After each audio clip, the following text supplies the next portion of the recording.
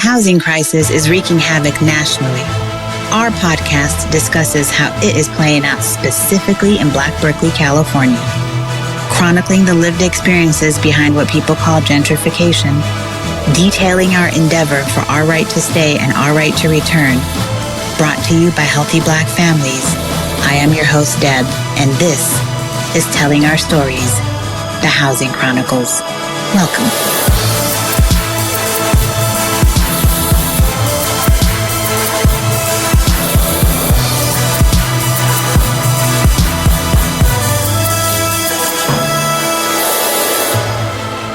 Greetings, everyone.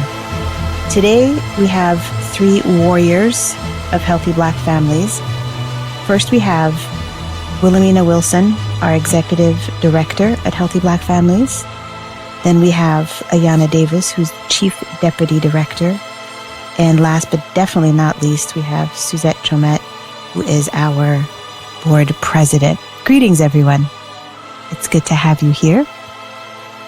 Greetings to you. Hi, Deb. And to begin with, so that people get a sense of exactly who it is that we're rocking with, what is it that brings you to the work being done at Healthy Black Families? Can I start with Ayanna? So my name is Ayanna Davis. I'm Deputy Executive Director at Healthy Black Families. And I come through a background with birth equity and education, community organizing and activism, and natural wellness and complementary alternative medicine. But I have a long background in history in Berkeley. My mom's family has lived in Berkeley and the East Bay since the late 1800s. And my father's family is from Alabama, where our family still lives on land. Our family worked as enslaved Africans that we received as part of the 40 acres and a mule. Our family graveyard is on that land, and it just begins with stones and markers, and then eventually leads to headstones, engraved headstones, which was a really profound experience for me when I went to that land and saw that my ancestors had lived so that I may live, and worked and toiled to create the future. In my family background, my father was a carpenter and builder and formerly incarcerated. My mother was active in the union and was my first activist role model. As a teenager at Berkeley High, I participated in political education groups and was influenced by local leadership of the Republic of New Africa and also the Black Panther Party. As a result, I became an activist and organizer right out of high school, participating as a youth in the Berkeley Model Cities or the South Berkeley Model Cities Board. I left that experience because I literally resigned because I saw the impact that redevelopment and the so-called model cities design was going to have on our community in South Berkeley.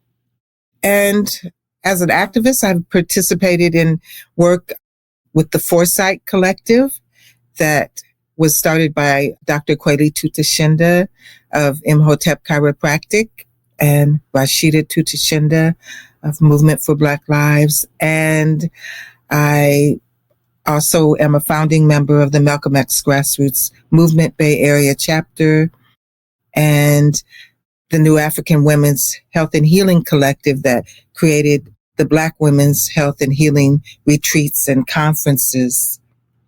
One of the things that brought me to Healthy Black Families as I worked in birth equity and came to Healthy Black Families as the working at Rafiki Coalition in San Francisco, also known as Black Coalition on AIDS, as their internal and external wellness manager. And I began working with Healthy Black Families as a consultant to help or to support the board leadership of Dr. Vicki Alexander to launch the organization, right? Create and design and implement programming and hire staff and begin Healthy Black Families in community. And I eventually became program director, supported board and Dr. Alexander until we hired our first executive director after 3 years. One of the most important reasons I came to Healthy Black Family is to work with health equity in the Black community in Berkeley. When I was raising my children here, I'm the mother of 6, the birth mother of 6, and raised my children while living in South Berkeley. And one of the things that stood out for me is birth equity in South Berkeley was equivalent to so-called developing nations, so that we had our babies dying and our mothers dying with maternal and mortality rates that were equivalent to countries where there was basically no health care. And I saw Dr. Alexander's work with the Black Infant Health Task Force. And when asked to come to Healthy Black Families to work on health equity, I was inspired and motivated to have an impact on health equity in particular South and West Berkeley, for the Black community in South and West Berkeley. Thank you. And Suzette, what is it that brings you into the work being done at Healthy Black Families? Thanks for asking. I've been in public health for over 25 years and have learned that housing insecurity can really happen to anyone, especially as we begin to think about climate and climate resiliency. None of us are immune from having to think about how to fortify our homes, or even if our homes are in places that can be safe within this crisis. My background is in community health sciences, and I graduated from public health school 8 months before Hurricane Katrina hit. So I experienced firsthand what a community housing crisis looked like. Little did I know when I graduated from school that housing insecurity would become a part of my life, and so many of the people that I cared about who lost their homes during that storm, their workplaces, and their communities. As a result of the storm, I came back to the Bay Area and began thinking about what my future was going to look like. And housing was a very big part of that. And though community health was my passion, I was feeling like I was in a very insecure position because my housing wasn't secure. I came to Healthy Black Families in 2016 because I saw how much of a focus there was on ensuring that mothers and children would have the best first 5 years of their lives together. That included food security, housing security, and I really appreciated the mission of the organization and the work that Dr. Vicki Alexander and the amazing staff was doing already at the organization. I joined the board back in 2016, became the interim executive director for a time, and now am back on the board as the president of the board. So again, what I've learned is that all of us have to think about our housing. We have to think about housing security, and that any one of us can be impacted. Hurricanes, fire, and floods can impact anyone, as we've seen with our recent storms in California. Many people are starting to think about their housing and where it's located. So we're all vulnerable to the forces of climate change, and we have to be thinking about housing in general for everyone, especially our most vulnerable. Absolutely. That's the work these days. Thank you for that, Suzette. And Mina, can you tell us what it is that brings you to the work being done at Healthy Black Families? Well, thanks, Deb. Greetings, everyone. I fell out of the jaws of the corporate beast into the heart of Healthy Black Families at a critical time in my life. I retired from healthcare, having climbed the rungs of that institution, and really was just looking for an authentic way to be myself in the world. I was born in an atmosphere of social activism. My parents were civil rights activists. I grew up surrounded by activities that were steeped in social justice work. When I was born, they lived at 1433 Hearst Avenue in Berkeley. And my father was a young attorney finding his career in Northern California. So they were living there, working the world. I bought my first bike after being paid 25 cents for each flyer I passed out, canvassing in Richmond for a campaign to elect Zeke Griffin to the city council. I grew up in the NAACP Youth Council in El Cerrito and was trained locally at the state level and in national conferences to be a grassroots activist and do organizing. Then I went away to college and I got a degree in accounting and finance, information sciences, and I bought the social narrative, being rooted in this corporate career. I mean, that's what my parents had done. They were the first generations to be educated in our family. My father rose to be a judge. My mother was a Black librarian, founded the Black Librarians Association in Northern California. And that's what they taught. We modeled after what they showed us. Well, after, years in a corporate career and exploring and experiencing the corporate landscape, I positioned myself in healthcare because it was an arena, although corporate in nature, that aligned with my values of service to people, families, communities. But always, because of my rooting, I kept one foot in the community. I founded nonprofits. I had a nonprofit back in 2007 called Community Engagement Initiatives, really focused around education. I've worked with national nonprofits.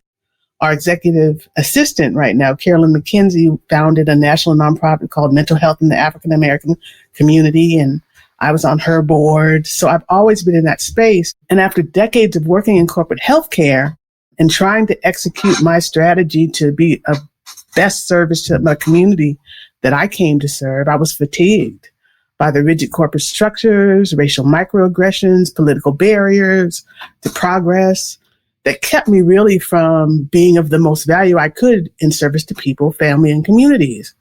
So when I finally realized that wasn't going to be possible in the frame I was in, I just exited. I didn't really have an exit plan, but as spirit would have it, Suzette and I connected early that year for a podcast. And we did that podcast and started sharing our lives. And she told me about her interim role at Healthy Black Families as executive director, and said, oh, well, I can come do some process mapping for you to help you figure out like what the flows are. I worked in performance improvement at Kaiser, and she said, oh, that'd be great. So I landed in a staff meeting with all of you lovely ladies, and I started introducing you to tools that we were like, this lady's crazy. But we, worked through it over a series of months and weeks. And for me, it was the balm I needed coming out of the aggression and caustic nature of corporate America to kind of heal my soul.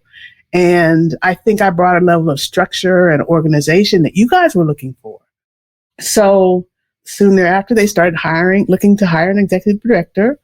And as tied up as I was in my own kind of spiral of what was going on, I never focused on it. I didn't even think about it. I was just there to be a consultant, right? And so I love my sister Suzette. She said to me in a kind of a pointed fashion about a week before the interviews, well, Mina, we're hiring an executive director. And I said, oh, yeah, I heard. She says, well, are you going to apply? And I said, oh, I guess I could. Yeah, that's a good idea. So it's been a wonderful marriage and probably one of the best decisions I've ever made. I'm so grateful for you, Suzette, for doing that. Yeah, it's really a privilege to have Mina lead the organization. Absolutely. I agree. Mina comes to Healthy Black Families with a big toolbox and a lot of tools that have been very beneficial to the evolution of our work. So, Suzette, how would you characterize the intersection of housing insecurity and public health? Housing is foundational to community health and the public's health. When people have stable housing, when communities are vital because everyone within those communities have housing, then their overall health improves. Their mental health, their physical health, their social health, their financial health, all improve when they have stable housing. And we can look at the opposite. If people are unhoused, let's take a new mom, for example, who is unhoused. She has a newborn that she's trying to breastfeed and prepare bottles for. She has diapers that she has to change. And where she changes her baby is going to affect that baby's health. If it's on the ground, if the baby is on the ground and being changed, then they are susceptible to catching some kind of infectious disease just because they're on the ground. That diaper needs to be thrown out someplace. So she can keep it in her tent, or she can go to the nearest trash can and drop what we would call in a hospital setting biohazard, because it is fecal matter, right? It's baby's poop going into a trash can. And that happens day after day after day, because we know that newborns soil their diapers every 2 hours or so. Now this baby begins to crawl, still in a tent on the ground, and wants to explore the world like all babies do, puts their hands in their mouth. And again, that increases their risk of disease. So just by playing out this example throughout this child's life from 0 to 5 years old, you can see that that child's health and the mother's health are going to be compromised significantly because they don't have a stable place to live. Now, in contrast, if this same mom has a home that she can go to, she can breastfeed on her own couch, hold her baby in her arms, have a nice place for her back to rest while she feeds her baby. She's warm, and so is the baby. When the baby begins to crawl, it's on a floor that she was able to clean, sweep, mop, control on her own. She can control the cleanliness of her home. The baby crawls on the floor, she can go to a sink and wash the baby's hands. When we talk about public health, we have to start at how individuals are living, how they then can contribute to their own families, their communities, their societies. And so housing is fundamental to public health because it ensures the basic safety and security of everyday activities that we all hope to enjoy. Ayanna, what is the intersection of housing insecurity and public health? Housing is directly connected to our social determinants of health. When we talk about housing, we know that we have to create housing and house people, make sure they have safe, comfortable, ecologically sustainable homes to support health equity. We also understand, as we're working for health equity, where Black people are, enormously impacted by health disparities, we need to identify the needs of our community and to make sure that those needs are met and they are directly correlated to creating health equity for all aspects of wellness in our community. Deb, that said, quick story, I was a teenage mom and I left my home right after I graduated from high school with my baby boy and lived with his father. And one of the things we were able to do is get jobs and get housing right out of high school. And that housing, in the housing I was able to get right on the edge of South Berkeley, I was able to walk to get food, transportation, medical care, didn't have a car, so I caught the bus, education, and having all these things in place for myself as a young mother, I was able to evolve and grow. I was able to get a degree, get jobs, right? And be able to care for myself and caring for my family throughout my life because of stable housing. In the course of my experience and doing birth equity work and health education and being interconnected to our community as an activist and organizer and educated throughout my adult life, I saw many people that did not have just the simple opportunity of having, being able to afford to pay rent, buy food. And in the course of my adult life, I have experienced homelessness. I have also experienced hunger and the inability to pay my bills. And it directly impacted my health. The child that I had when I was most hungry had the lowest birth weight of all my children. And the fact that I was hungry and unhoused was directly related to the policies and the treatment I received in this community. So all of that comes together to shape, create, and or change the conditions of a family's lives.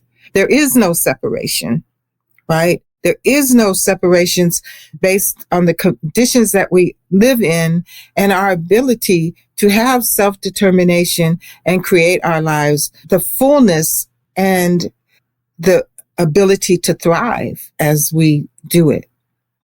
It's a public health issue: housing, education, food, transportation. All of these things impacted.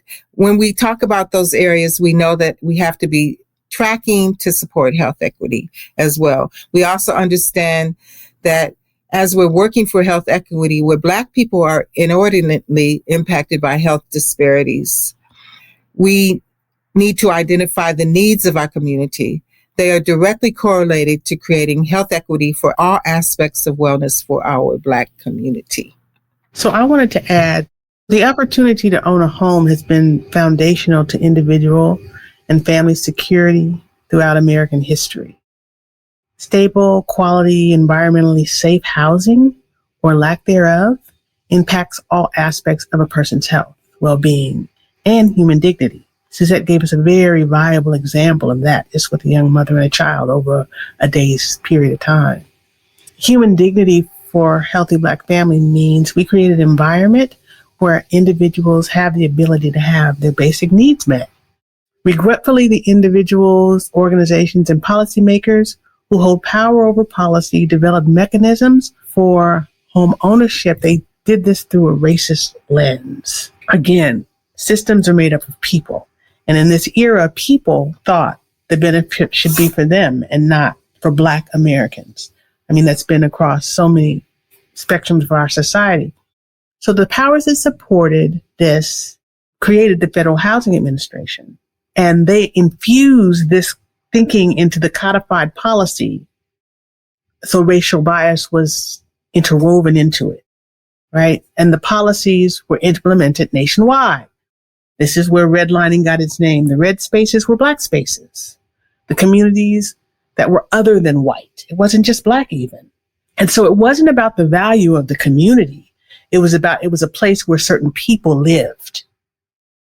And that's an important point here. It wasn't the value of the land or the structures there. It was decided because this was the places where certain groups of people lived. So even when Black people were able to secure housing, the policies didn't support investments in these communities. So things like grocery stores, how did food deserts come about? People weren't investing in these communities in that way. Through these actions, the government basically legislated poverty, i.e. communities where investments were made and not made, right? Because of the people occupying them. And so there's a myriad of downstream effects that evolves out of these structurally racist constructs.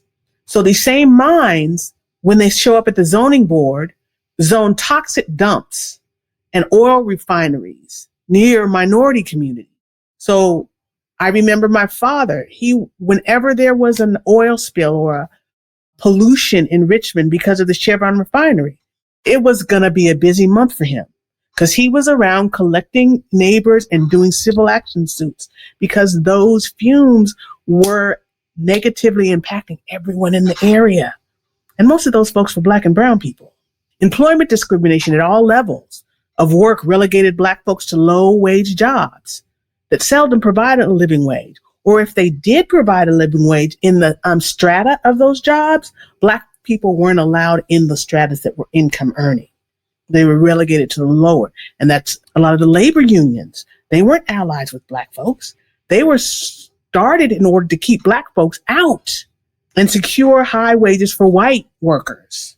Schools are funded by tax base. So what happens? If you're living in a community where people aren't earning income to contribute to the tax base, then the schools in the area are underfunded. And so there is this educational gap because educational resources are staggered. And so all of these factors intersect and they really increase almost a level of crime against the community. Then what you do something like legislate for the community, you have the police, the law enforcement system, right?